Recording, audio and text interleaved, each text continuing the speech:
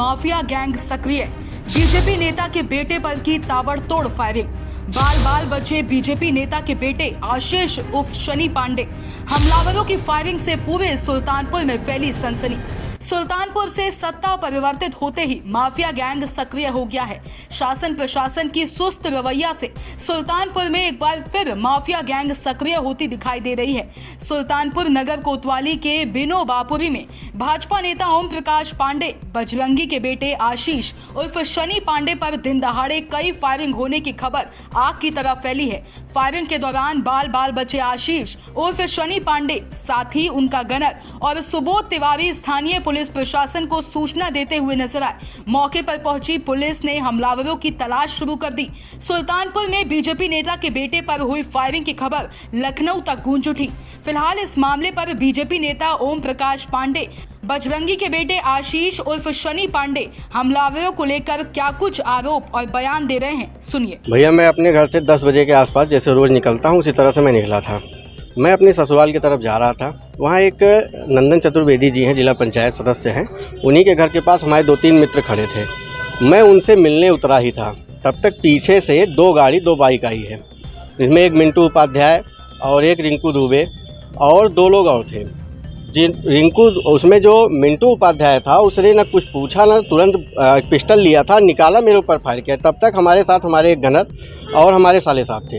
उन्होंने जैसे उसकी पिस्टल पकड़ने की कोशिश की तो उनके तरफ भी उसने फायर किया और लगातार उसको 4 फायर किया। उसके बाद ये बताते हुए मुझे गया कि 1 साल लगता है जेल से छूटने में और तुम मरोगे, ये तय है। विवाद क्या था? विवाद ये अनिल मिश्रा, एक हमारे प्राचार्य हत्याकांड हुई थी सन 2011 में या 12 में, उनके गनर और उनकी, उसमें ये मुख्य अभियुक्त था। ये जेल चला गया। उसके बाद ये यहाँ से लोअर कोर्ट से इसको सज़ा हो गई थी सन 2022 से 23 में। उसके बाद ये हाई कोर्ट से इसको अभी पिछले साल बेल मिल गई है। तब से ये लगातार नौकरी के लिए मेरे ऊपर दबाव बना रहा था। अभी कल भी ये हमारे कार्यालय तिकोनिया पार्क मौनी मंदिर आया।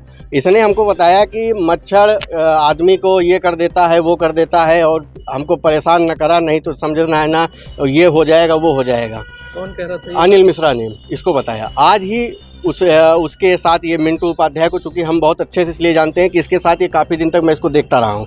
मिंटू उपाध्याय पहुँचे हैं, तुरंत इसने फायर किया। जाते हुए इसने मुझे ये बता के मुझे गया है कि 1 साल लगेगा, बस मरोगे, तुम मरोगे और निश्चित मरोगे। किस तरह की नौकरी देने की बात कर? वो परमानेंट था हमारे यहाँ वो बाबू के पद पे था। सन 2011 में जब हत्या हुई, सजा याफ्ता हो गया तो उसकी नौकरी चली गई। अब उसी नौकरी के लिए वो कहता है मुझे बेल मिल गई है और हमको नौकरी मिलनी चाहिए, जबकि कोर्ट माननीय उच्च न्यायालय द्वारा उसको सज़ा उसकी माफ़ नहीं की गई है, केवल उसको बेल दी गई है कि ठीक है आपका यहाँ से पुनः एक बार इसकी सुनवाई हो जाएगी। अब उसी नौकरी के लिए वो लगातार दबाव बनाता है। आज इसने ये हमारे साथ कांड किया और ये बता के गया है कि मैं फिर आप लोग से ये कह रहा हूँ, उसने मुझे यही बताया है कि 1 वर्ष लगेगा छूटने में। मौके पे कुछ लोग ये बता रहे हैं कोई प्लॉट है, कोई विवाद वहाँ प्लॉट को था। प्लाट संबंधी हमारा कोई विवाद ही नहीं था। प्लाट संबंधी विवाद हमारा कोई नहीं था। और ये जो मुझे भी अभी उसके बारे में जानकारी प्राप्त हुई है, कोई प्लाट के संबंध में भी वहाँ पे बातचीत चल रही, लेकिन हमारा प्लाट से कोई वास्ता सरोकार नहीं था। हमारा मतलब जो मैंने आपसे बताया वही है। अभी कल आया था, उसकी CCTV भी निकाली जाए, आपको देखा जाए, तो कल भी हमारे यहाँ आया था ये और यही धमकी दे रहा था जो मैं आपको बता रहा हूँ। वहीं अब इस मामले पर पुलिस प्रशासन अग्रिम कार्रवाई क्या करने जा रहा है, सुनिए। सूचना मिली कि बिनवापुरी में गोली चलने की सूचना प्राप्त हुई। जो वादी हैं आशीष पांडे और शनि पांडे, उनके द्वारा जो तहरीर दिया गया उसे मुकदमा पंजीकृत कर लिया गया है और संपूर्ण विवेचना होने और तथ्यों का अनावरण होने पे अग्रिम विधिक कार्रवाई की जाए। Bureau report, Sam TV. Subscribe करें साम टीवी, क्योंकि हम आ गए हैं अब आपके बीच। दिखाएंगे सत्ता के वादों और अपराधियों के एक एक कारनामे की हकीकत। और हाँ, अगर आपके पास भी हो कोई ऐसी खबर तो कमेंट करके हमें बताएं, क्योंकि बिना डर और दबाव के हम दिखाते हैं हर एक खबर डंके की चोट पर।